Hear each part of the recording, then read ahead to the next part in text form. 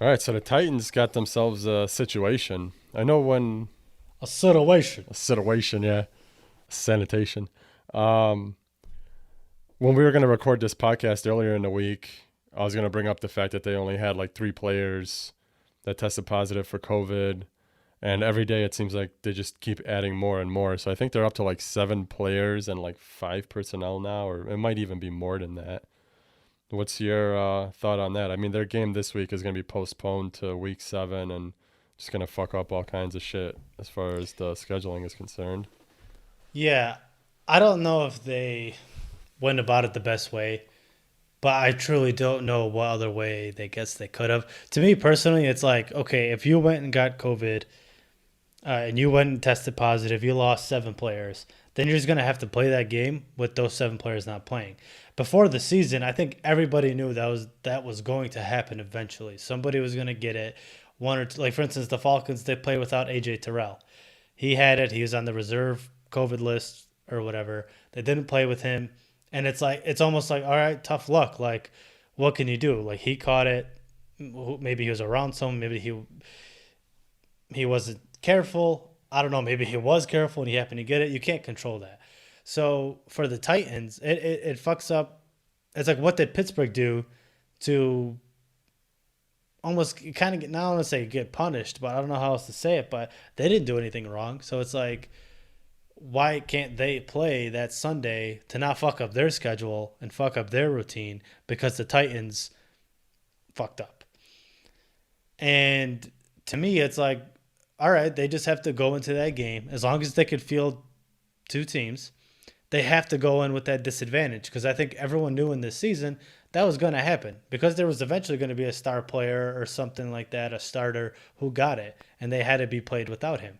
So it wasn't like this is coming out of nowhere. It's almost like an injury, right?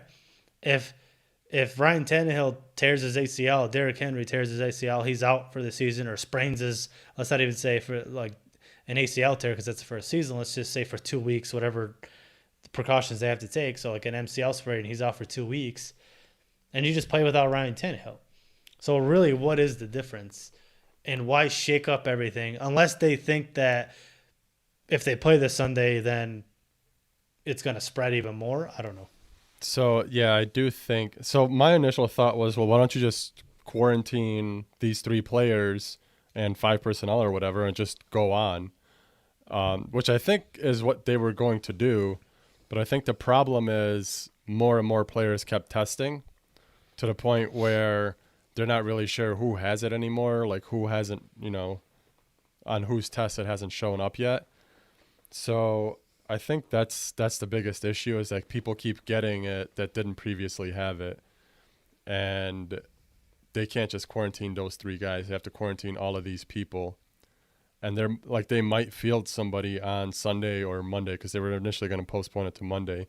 They might field somebody that has it, and it might spread to the Steelers, might spread to the rest of the team. So I think that's the reason it's getting pushed further into the season so that these people, this whole team, could essentially be quarantined for 2 weeks, I guess. Yeah, I just think it's a situation that the NFL was just hoping not to run into. I think they were just hoping that everyone just remain negative because there really is no perfect situation, I guess, to handle this. And I don't know. I mean, I think everyone knowing in, no one, everyone going in knew there was a possibility and knew there was going to be some disadvantages.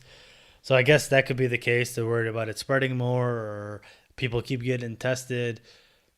But it's interesting. I guess we'll see how it affects the season. But like when it happened, I initially thought like just quarantine those people and you play without it. If you don't get to practice for that whole week, then whatever, man, you're shit out of luck, and you just got to chalk it up as out of Yeah. your control.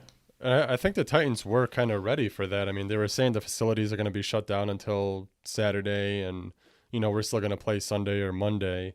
But I think the fact that more people started testing positive is what really messed things up. Because, yeah, my initial thought was like, why even shut down the facilities? Like, just quarantine these three people the way Terrell was quarantined and just go on about it. But I think the fact that more and more positive tests are coming out is what pushed it back. And this is kind of, I think the NFL did prepare for something like this. So I guess this is a best case scenario if the positive tests keep escalating, is just to move it back further in the season. I just think for both teams it sucks because your bye week is week 3. So now you have 13 more games once you come back from the bye week, and that's not going to be good for the rest of the season. Your guys don't kind of get that rest that they normally would. And even if you do make the playoffs, your guys are going to be so exhausted unless you kind of get that first bye week in the playoffs. It's going to be very detrimental to your team having such an early bye week. Reminds me of when Miami, I think it was against Tampa, that they had a hurricane down in Florida where they couldn't play the opening game. So both Miami and Tampa just had to play pretty much without a bye week for the whole year. They didn't have like a opening game and just played the rest of the season out. And both teams just did horrible that season. Yeah, having an early bye week like that definitely messes with, yeah, like you said, your team's recovery because you kind of, it's like still too early in the season. Like usually teams like that 8 week bye week or like a later bye week so they can get more rest and, prepare for the playoffs or whatever is needed. But yeah, early bye week definitely messes up both teams. And I mean, for instance, like the Pittsburgh Steelers, like they, you know, you can only, I mean, not to say that Titans somehow broke protocol or something, it did something stupid, but let's just say that is the case because tighten up or whatever the hell they say. Um, they weren't following their own mantra over there. Then Pittsburgh kind of, gets that early bye week. It kind of gets, like I said, almost a little bit punished, and you're like, geez, we didn't even do anything. So it's just a city situation, but it was an inevitable one. It was going to happen eventually, and good thing it happened to the Titans, so Jacksonville could capitalize. Um, yeah, and you kind of during your bye week, you kind of have time to evaluate how the first part of the season's going and how you want to, attack the latter half of the season. There's not really much to evaluate here. You don't really know how good you did given the fact that you only played 3 games. If how you want to change things up going forward. So for both teams, and yeah, like you said, it really sucks for Pittsburgh because they did everything right and broke. And I mean, I'm not saying the Titans did anything wrong either, because it almost seems like it was the bus driver that, not to blame him, but I don't know. Did you see the He was story definitely come out? coughing on people. Yeah. Well, the same bus driver also drove for the Houston Astros. He drove them back from their playoff game, and he tested positive, so they canned his ass. Oh, jeez. I didn't read that far into it, but man, my man's don't give no fucks. Yeah, I know. So yeah, it's definitely going to be interesting to see how that plays out if more people test positive. I wonder what's going to happen if people keep testing positive like into next week. Like if this gets worse. Yeah, I mean, I feel like they're definitely not prepared for that. Like, I don't think they're definitely prepared for players continuously testing positive. They'd probably have to shut down the NFL for like a week or two or something. Oh, you mean yeah, just no games for a whole weekend. I was gonna ask, do you think if it comes to it, because right now it is only contained within the Titans, so it's not really other teams. Like none of the Vikings players tested positive, so they don't have to worry about missing games at least right now. But if this does become more widespread, do you see some teams like the Titans now? Do you see them kind of having to forfeit games? Not forfeit, but not play them, and then just kind of have to go decide playoffs based on winning percentage?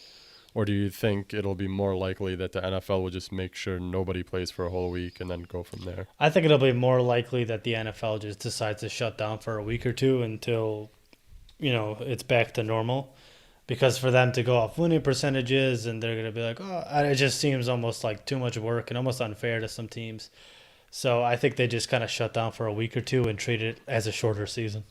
Oh, well, I think they would, if they shut down for a week or two, I think they would just postpone the games a couple of weeks. I don't think they would shorten up the season. It could be because I was reading somewhere that after the Super Bowl, they like rented out the field or they rented out like something over in Tampa, I believe, where they're holding the Super Bowl an extra month after the actual Super Bowl was supposed to be played, almost with anticipation that, hey, if we have to postpone games, we're going to wind up having the Super Bowl in March instead of February type thing. So it could be that. Um, I don't know. I guess we'll have to see how it plays out. I could definitely see that happening too. Instead of treating it like a shorter season, they're just like, all right, let's postpone this a whole week or two and then get back to where it was. Yeah, I think that's more likely because then you still give all the teams an equal opportunity to play, all your division games and non-division games, because it wouldn't be fair for like to have one team play two really good teams in a division and another team play two shitty teams in a division and being like, well, yeah, you guys made the playoffs, but you played like the shitty part of, the opposing division Yeah, when they have like cross-divisional and cross-conference play. for sure. Yeah, so that's going to be fun to see if they can keep it contained in Tennessee and eradicate it there, or what would happen if another team tests positive and they can't, they have the same situation as Tennessee. Mm-hmm. Like how many games can they actually keep moving back Yeah, before they have to like take a yeah, because hiatus? chances are this isn't going to be the only time it happens. So we'll see what happens. Right. Thank you for listening in to this clip of the Moose Bros podcast. If you enjoyed this, please like, comment below, and subscribe to this channel to see more clips just like this one. If you want to listen to the whole podcast, you can find us at Spotify or Apple Podcasts under Moose Bros Sports.